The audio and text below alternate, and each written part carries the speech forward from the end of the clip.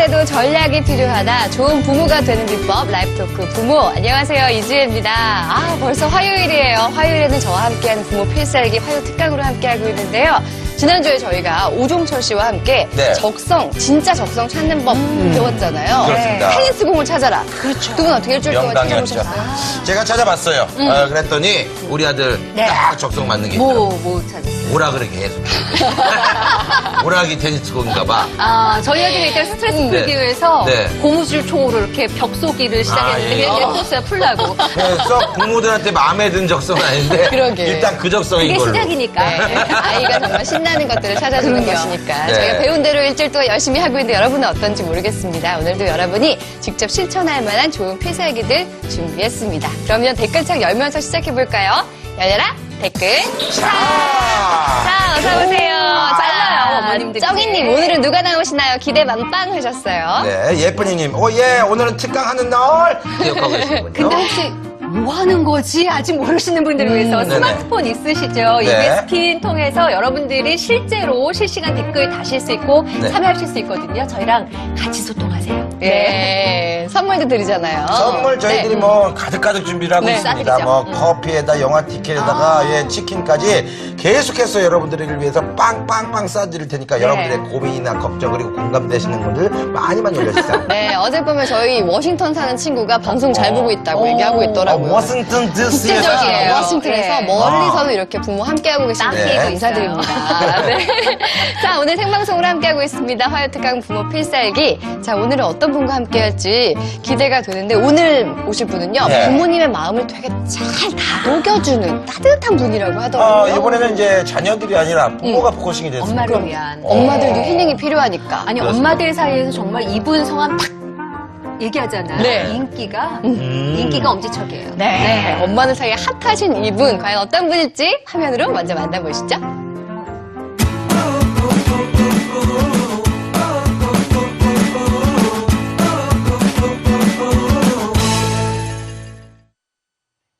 네, 이상한 강사님이십니다. 어서오세요. 아이고. 환영합니다.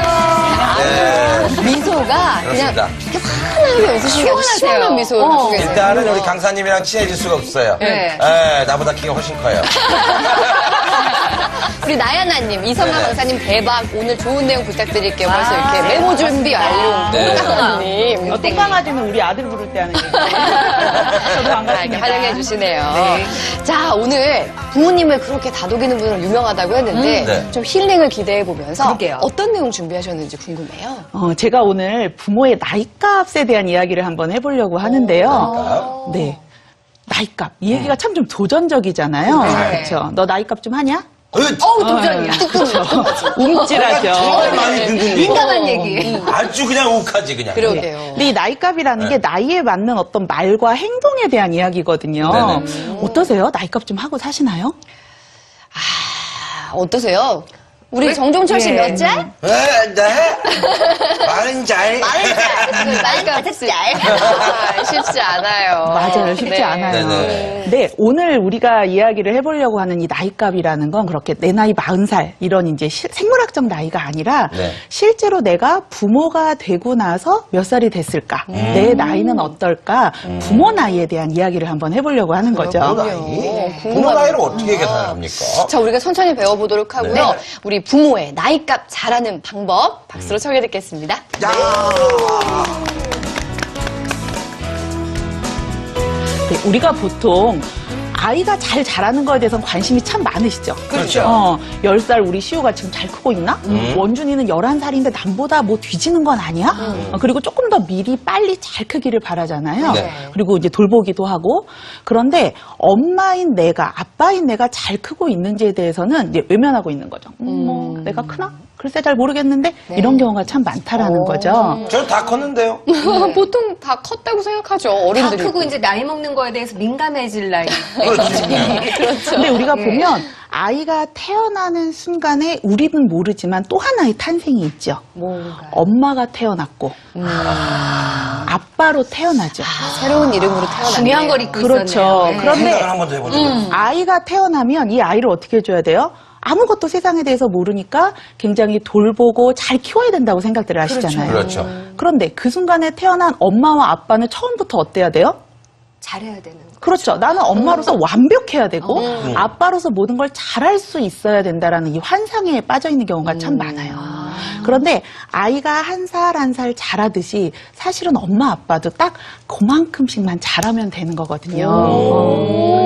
위로가 되는데요. 네. 부담이 확 주는데요. 그렇죠. 네. 그러니까 한 살이면 딱 한 살만큼 크면 되는데 한 살인 아이를 보고 야 얘가 이 다음에 대학 가서 뭘 전공할까? 밥값은 할까? 이 다음에 지 밥그릇 값은 하고 살까? 뭐 이러면서 이제 걱정을 하면서 우리가 이제 긴장하게 되고 조급해지게 되는 거. 네. 그래서 오늘 이 부모의 나이값을 찾아가는 이야기를 좀 해보려고 그러는 거예요. 자, 부모 나이 몇 살? 11살. 11살. 자기 자녀의 나이. 부모 나이 몇 살? 그러니까 장남이죠? 네. 10살. 10살. 저는 부모 나이 20살. 저는 아직 태아예요. 아직 태아도 아니지. 뱃살이에요. 아, 그러네. 뱃살. 아직 그렇죠. 충기. 그렇죠. 이렇게 생각을 하고 시작해보면 참 편하지 않을까 그러네요. 하는 생각이 듭니다. 네. 그래서 이 부모 나이를 우리가 이제 시작할 때 가장 먼저 나이값에서 생각해봐야 되는 게 뭐냐면 지금처럼 내가 몇 년 차 엄마일까? 내가 몇 년 차 아빠일까? 이거를 먼저 한번 생각해보는 것. 그게 굉장히 중요한 부분이에요. 그거에 따라서 뭐가 달라지나요?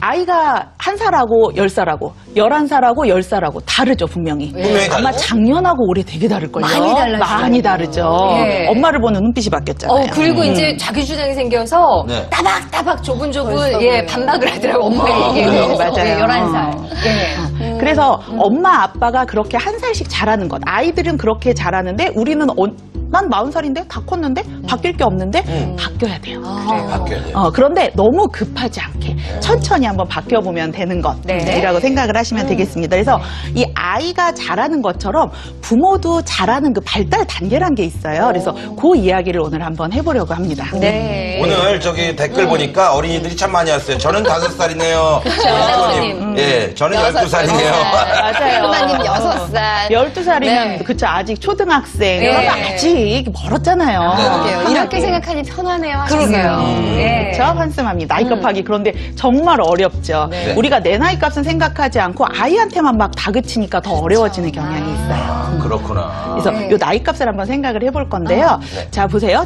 부모로 이제 처음 태어나기 이전에 아까 나는 뱃살 그랬는데 우리 이재 씨 같은 경우도 내가 이 다음에 부모가 되면 이런 부모가 되고 싶어. 난 아마 이런 엄마가 되지 않을까? 근데 이런 건 좀 걱정돼. 하는 이런 생각들 하시죠? 네, 요게 이제 부모 0단계. 0단계. 이미지를 형성하는 단계고요. 실제로 이제 요 단계가 지나서 부모가 되면 부모도 이제 1살에서 3살까지 네. 이 첫 단계를 거치게 돼요. 그래서 그 첫 단계를 우리가 뭐라고 하냐면 보호자와 양육자의 시기라고 이야기를 합니다. 보호자와 양육자의 시기. 그렇죠. 이 보호자는 뭐냐면은요, 물리적으로 가장 안전한 환경을 제공을 해주는 거예요. 품어주는. 네. 자, 아이를 내가 지키기 위해서 하고 있는 일들 한번 생각을 해볼까요? 돈 뭐 벌고 하세요? 있지. 그렇죠. 네. 왜냐하면 내가 아이를 단순히 안고 그다음에 뭐 따뜻하게 혹은 외부에서 위험하지 않게 지키는 것과 더불어서 아빠들이 하는 이 보호자의 역할의 가장 큰 부분은 지금 우리 정종철 씨 이야기하신 거. 네. 물리적으로 안전한 환경의 첫 번째, 돈 벌고 있잖아요. 돈 벌고 있죠. 환경을 만들어주고 있죠. 지신 거 건강하게 하세요. 하기 위해서 좋은 거 먹이고 있죠. 좋은 거 먹이고 좋은 거 있죠. 먹이고. 그런데 그거 먹일 때 어떻게 먹이세요? 먹어. 아니요. 이거 그럼 물리적으로는 일단 먹으면 괜찮아요. 안전해요. 그런데 맛있어 보이게 제가 먼저 먹죠. 괜찮다 그거 먹나? 괜찮네요. 이러니까 이렇게 됐지. 그렇죠? 내가 아이한테 단순히 음식을 먹이는 게 아니라 어떻게 해요? 맛있니? 엄마가 뭐 만들어줄까? 엄마도 너무 맛있어. 이렇게 하면서 서로 나누게 되는 마음의 밥이 있잖아요. 보호자와 양육자 때는 아이가 어린 시절이겠네요. 보통 몇 그렇죠. 살 때? 보통 이제 영아기와 영유아기라고 부르죠. 네. 우리가 첫 3년 굉장히 중요하다고 이야기하는 시기 있잖아요. 이 시기가 이제 보호자와 양육자의 시기인데 보호자가 물리적으로 내가 아이를 안전하게 지키는 것. 그래서 몸에 밥을 주고 몸을 지켜주는 거라면 양육자는 네. 마음의 밥을 주고 마음을 돌봐주는 것이라고 이야기를 할 수가 있을 것 같아요. 아까 얘기하신 것처럼 자 보세요. 아이를 안고 우유 먹어, 젖 먹어 라고 했을 때 어때요? 그거 먹으면 아이는 커요. 네. 그런데 양육자는 어떠냐면 아이의 눈을 맞추고 배고파? 배고팠어? 어휴 우리 아기 잘 먹네. 무럭무럭 자라라. 나는 엄마 널 보니까 너무 좋아. 이게 사랑의 마음의 밥을 주면서 키우잖아요.